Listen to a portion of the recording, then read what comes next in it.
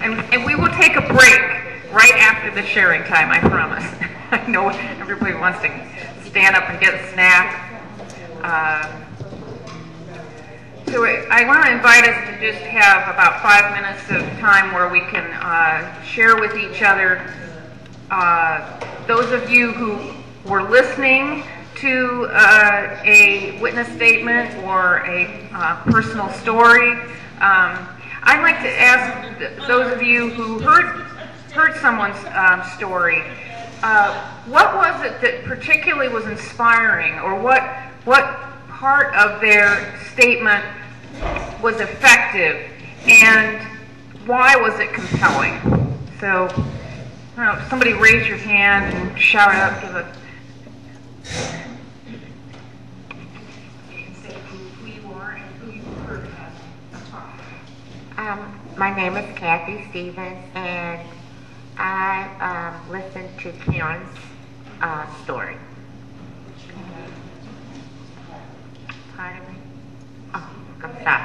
And what was inspiring as well as compelling to me about her story was the pain that she went through. God allowed that pain to be transformed into compassion.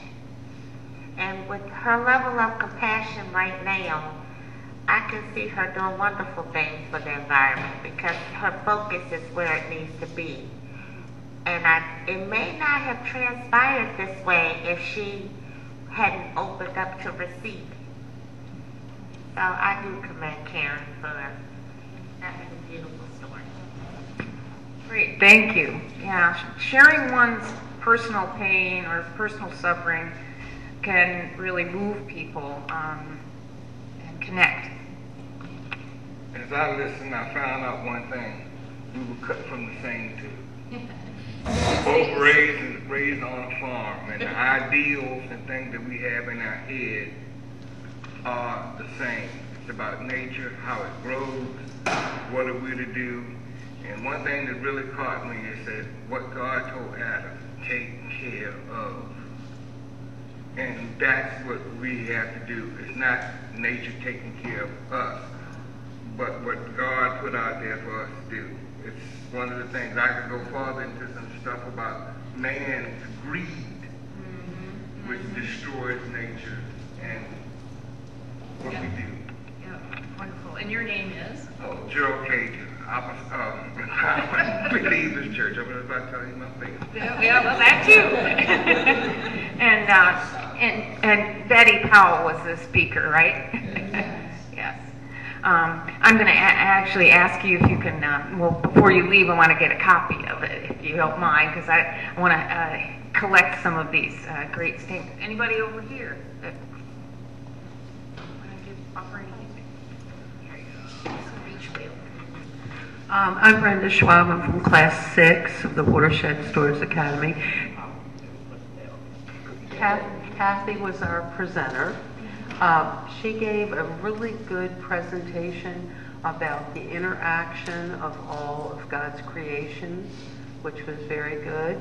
She also talked about how important water is to us through baptism and made some really good faith connections. She told us that she got commandeered to come to this because she wanted her church to be involved in a project, and you know how that is. So now she's trying to get other volunteers involved. Great. So you have a higher purpose. Oh, yes, of course. Yeah, just say your name. Okay. My name is Delphine Cager, Gerald Cager's wife, so I'm at Empowered Believers also. I thought Betty's presentation was very powerful because, first of all, she used some very pertinent scriptures to relate our responsibility as far as nature. She brought out through the scripture the value that God places on nature, the animals, the birds, plants, and all of that, and our responsibility. And she personalized it as she went through. She shared a little about her growing up as a farmer, and then she turned the question over to us and herself. You know, she said, if we don't do it, if you or and you and me, personalize it, instead of being informal, you and I say you and me.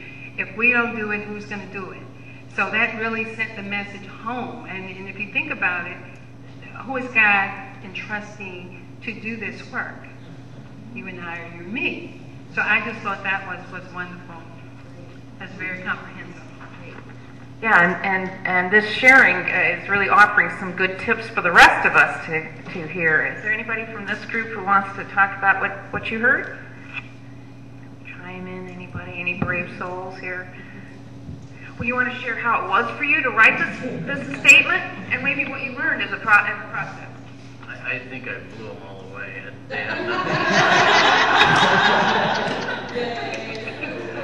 It was an interesting experience because it brought me back to thinking about how I connected with the earth, and I realized it's all through my youth. I could have made 15 different stories, but I shared one about my family going to Montana every year and how we fished in a pristine trout stream and walked in beautiful pine woodlands and clear air and just had a great time. And then after living around the bay for 30 years, also connecting here on the water, but mainly as an observer all that time. An enviro observer, I called myself, and how in thinking about this, not this assignment, but several years ago when I retired, not too many several, but 2012, I started thinking about that. So, I've been observing and enjoying God's creation all this time, and I was called more to action to do something about all of the problems I increasingly were seeing about the deleterious effects of pollution in the world and the wildlife. And so that's why I'm here today as a steward after joining my church's environmental committee and started working on a stream restoration project. And I've gotten very acquainted with multifloral rose. So I love it. I love killing it. Great. Well, thank you all. And those of you who did not send me a copy or give me a copy, I would certainly appreciate that because I think these were really rich statements. And was there anyone else who would like to share about that? Okay, let's take a break. And please, let's just take a 10-minute break, stand up and stretch. If you want to grab some refreshments over there.